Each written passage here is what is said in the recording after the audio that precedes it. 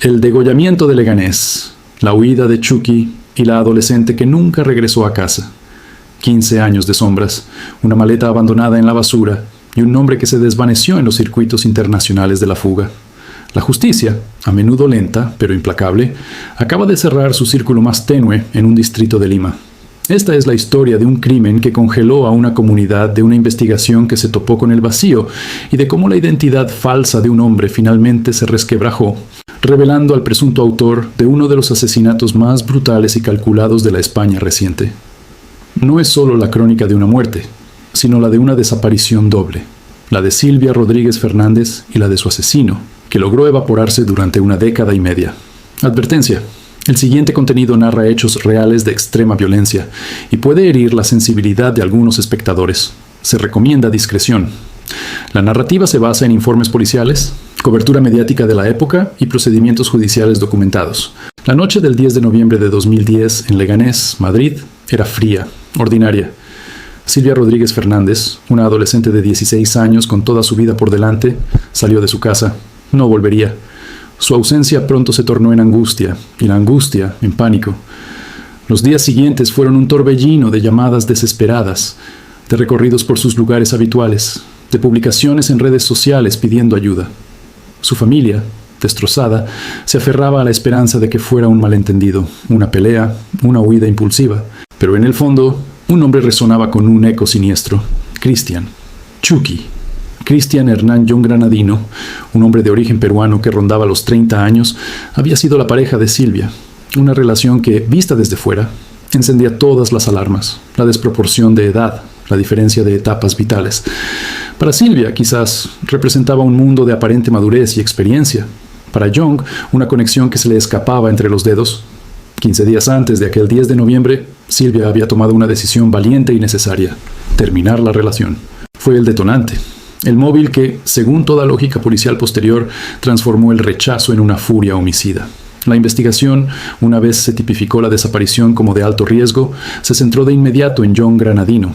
Testigos, el rastro digital y la lógica más elemental lo señalaban.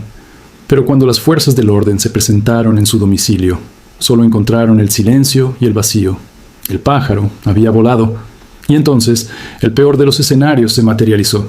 Días después de su desaparición, el cuerpo sin vida de Silvia fue encontrado. El hallazgo fue tan espeluznante como vejatorio. Dentro de una maleta, arrojada como un despojo a un contenedor de basura en la misma localidad de Leganés. La autopsia no dejó lugar a dudas sobre la hazaña. Silvia había sido degollada. La violencia del método hablaba de un odio profundo, de una intención no solo de matar, sino de aniquilar. La maleta se convirtió en el símbolo macabro del caso. Un objeto cotidiano pervertido en ataúd, un intento burdo y fallido de esconder un crimen monstruoso. La imagen de ese contenedor, acordonado por la policía, dio la vuelta a España y estremeció a la opinión pública.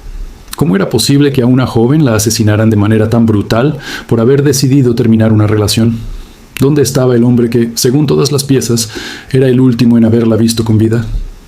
La respuesta a la última pregunta llegó pronto, pero no era la que la familia ni la justicia anhelaban. Cristian Hernán John Granadino había cruzado la frontera. Había aprovechado los escasos días de ventaja antes de que la investigación se centrara en él de manera irreversible para huir de España. Su destino más probable: América Latina. Y, con alta probabilidad, Perú, su país de origen.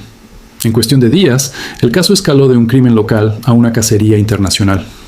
El 16 de noviembre de 2010, apenas 6 días después del asesinato, y tras confirmarse su condición de fugitivo, las autoridades españolas activaron la maquinaria de cooperación policial global. Se emitió una orden internacional de detención y, lo más crucial, una notificación roja de Interpol. La notificación roja no es una orden de arresto mundial en sí misma, pero es lo más parecido a ello. Una alerta roja difundida a las policías de los 195 países miembros de Interpol, solicitando la localización y detención provisional de una persona pendiente de extradición. La foto de John Granadino, su nombre y sus datos entraron en el sistema. Se convirtió oficialmente en uno de los fugitivos más buscados de Europa, y su caso quedó estampado en las listas de crímenes graves de Europol. Era como lanzar un anzuelo a un océano. A veces funciona rápido, otras, el océano se traga el anzuelo durante años. Y este fue uno de esos casos. Los meses pasaron, luego los años. Chucky parecía haberse disuelto en el aire. La familia de Silvia, condenada a una doble pena, el dolor insondable de su pérdida y la rabia impotente de que su presunto asesino estuviera en algún lugar del mundo, viviendo. Cada aniversario era un martilleo en la herida. Cada reportaje, un recordatorio de que la justicia estaba en punto muerto. La Guardia Civil y la Policía Nacional no archivaron el caso. Seguía abierto, latente, pero las pistas se enfriaban. Se especulaba con que podía haber cambiado de identidad, que se había integrado en alguna comunidad lejana, que quizás nunca sería encontrado. Mientras tanto, en Perú, la vida seguía su curso en la vasta y bulliciosa Lima. Un hombre con un nombre distinto, con una historia fabricada, trataba de pasar desapercibido. La fuga exitosa requiere más que cruzar una frontera. Exige una metamorfosis completa. Dejar atrás no solo el nombre, sino los gestos, los recuerdos mencionables, los lazos. Vivir en un perpetuo estado de alerta baja, donde una llamada telefónica inesperada o un control policial rutinario pueden desatar el pánico. John Granadino, según se sabría mucho después, logró esa metamorfosis. Construyó una identidad falsa, un personaje que le permitió moverte, trabajar y existir en los márgenes, pero las notificaciones rojas de Interpol no prescriben. Quedan ahí, en la base de datos, esperando a que una coincidencia, un error del fugitivo o un trabajo de inteligencia persistentemente las haga saltar. Los equipos de fugitivos internacionales trabajan con una mezcla de tecnología y paciencia infinita. Cruzan datos, monitorizan movimientos de familiares lejanos, analizan patrones. Y a veces, la suerte, o más bien la justicia tardía, juega su papel. La fuga de John Granadino no fue la de un cerebro criminal, sino la de un hombre impulsivo que cometió un acto de extrema violencia y huyó por instinto de supervivencia. Esos fugitivos, con el tiempo, tienden a bajar la guardia. Creen que han ganado, se asientan, cometen pequeños errores. Y en diciembre de 2025, 15 años después de que la vida de Silvia Rodríguez Fernández fuera arrebatada en un acto de cobardía y furia, uno de esos errores, o quizás un hilo tireado por la inteligencia policial, llevó a los agentes de la Policía Nacional del Perú hasta un distrito de Lima. Allí, viviendo bajo ese nombre falso, bajo una vida prestada, se encontraba Cristian Hernán John Granadino. El hombre de 45 años que arrestaron el 6 de diciembre de 2025 ya no era exactamente el mismo de las fotos de 2010. El paso del tiempo, la vida en la clandestinidad, habían dejado su marca. Pero las vértebras digitales de la identidad, las que Interpol y la policía peruana saben cruzar, delataron al hombre que había estado 15 años en la sombra. La detención fue ejecutada sin grandes resistencias. Tras vivir tanto tiempo mirando por encima del hombro, es casi un alivio que la pesadilla de la huida termine. Para las autoridades españolas, fue la noticia por la que habían estado esperando más de una década. Un correo, una llamada confirmando que el anzuelo lanzado al océano en 2010 finalmente había enganchado al pez. Pero la captura es solo el primer paso de un nuevo y complejo proceso. Ahora empieza la batalla legal para traerlo de vuelta. Para la familia de Silvia, la noticia debió producir un terremoto de emociones contradictorias. Alivio, rabia renovada, la reapertura de un duelo que nunca se cerró y, por fin, un atisbo de esa justicia que les fue negada cuando más la necesitaban. La primera parte de esta tragedia se cierra con las esposas puestas en Lima y el principio de un laberinto extradition. Pero la historia completa, la que explica cómo un hombre logró evadir la justicia durante 15 años y qué ocurrirá ahora que la ley lo tiene contra las cuerdas, es materia de la segunda parte de este documental. Porque el viaje de Silvia hacia la justicia, interrumpido brutalmente en 2010, acaba de reanudarse en una comisaría de Perú. Y el camino de vuelta a España para enfrentar las consecuencias de aquella noche de noviembre promete ser tan largo y tortuoso como su huida. La detención en Lima no fue el final, sino el comienzo de un nuevo y arduo capítulo, uno regido por burocracias, tratados internacionales y la fría mecánica del derecho. Cristian Hernán John Granadino, el hombre que había vivido 15 años como un fantasma, fue ingresado en una celda de la DIRINCRI, Dirección de Investigación Criminal de la Policía Nacional del Perú. Allí, bajo custodia, comenzó la verificación exhaustiva. No bastaba con la presunción, era necesario confirmar, más allá de toda duda razonable, que el hombre detenido bajo una identidad falsa era el mismo Christian Young, buscado por Interpol. Las huellas dactilares, cruzadas con las registradas en España años atrás, fueron la clave que selló cualquier incertidumbre. Era él. El círculo se cerraba. La noticia de la captura, filtrada a los medios y confirmada oficialmente, tuvo un efecto sísmico en España, y particularmente en Leganés. Para una comunidad que había convivido con el recuerdo lúgubre del crimen, fue un catártico despertar de una pesadilla dormida. Los titulares de prensa, dormidos durante años en los archivos digitales, volvieron a las portadas con un estremecedor 15 años después. Para los compañeros de instituto de Silvia, ahora hombres y mujeres de 30 y tantos años, fue un viaje brusco a una adolescencia truncada por el horror. Para vecinos y conocidos, la confirmación de que el monstruo era real y había sido atrapado. Pero fue en el seno de la familia Rodríguez Fernández donde la noticia detonó con una fuerza emocional indescriptible. Habían pasado 15 años de duelo congelado, de rabia impotente, de aniversarios convertidos en calvarios, donde la pregunta ¿dónde está?, envenenaba cualquier atisbo de paz.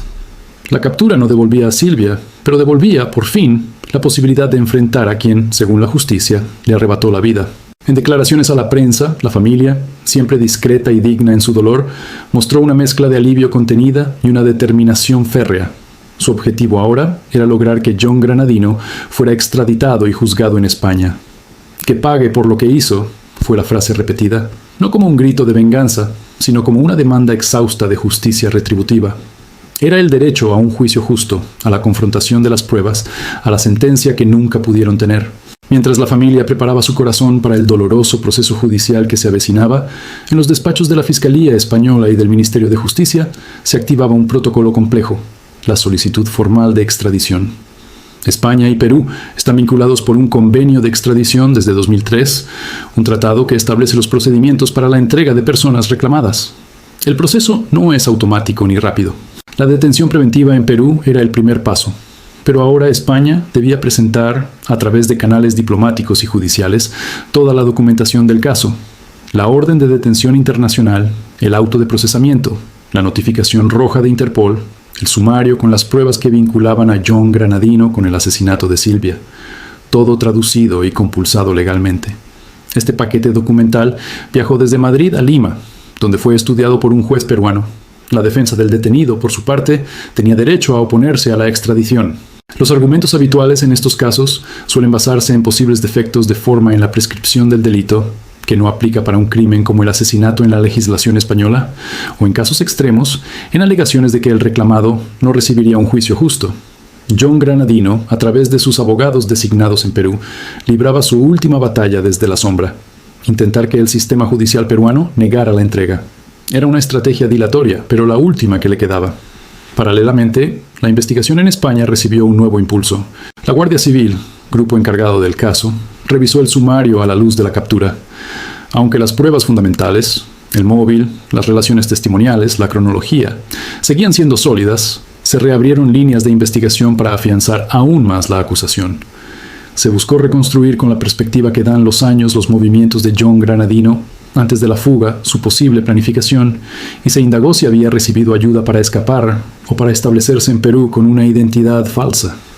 Cada detalle que pudiera surgir sería crucial en el eventual juicio. La vida bajo la identidad falsa de John Granadino en Perú comenzó a desvelarse lentamente. Investigaciones periodísticas y fuentes policiales dibujaron el perfil de un hombre que vivía con extrema precaución.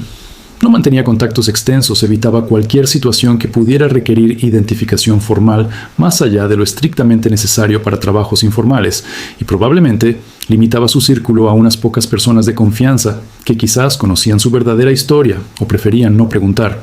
Vivir así durante 15 años es una condena en sí misma, una prisión de paranoia y aislamiento autoimpuesto.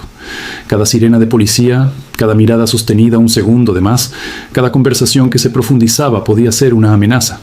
Su captura, aunque significara el fin de su libertad, quizás también significó para él el fin de esa angustia perpetua. El proceso de extradición avanzó, como es habitual, con lentitud deliberada.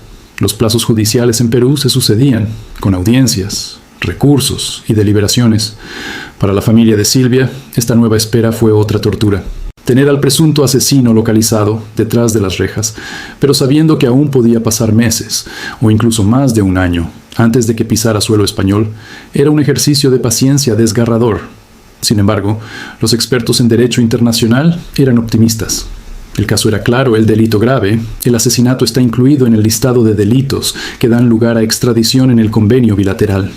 Y no existían obstáculos legales mayores como la doble incriminación. Que el hecho también sea delito en el país requerido, lo cual se cumple plenamente. La justicia peruana, tras revisar los fundamentos y garantizar que los derechos del detenido eran respetados, eventualmente daría el visto bueno. Finalmente, tras varios meses de trámites, el juez peruano competente emitió su fallo. Se aprobaba la extradición de Cristian Hernán John Granadino a España. No fue una sorpresa, pero sí un alivio monumental. La decisión fue apelada automáticamente por la defensa, llevando el caso a una instancia superior, pero el resultado final era previsible. El sistema, aunque lento, funcionaba. Mientras tanto, en España, la Audiencia Provincial de Madrid ya preparaba la maquinaria para el juicio.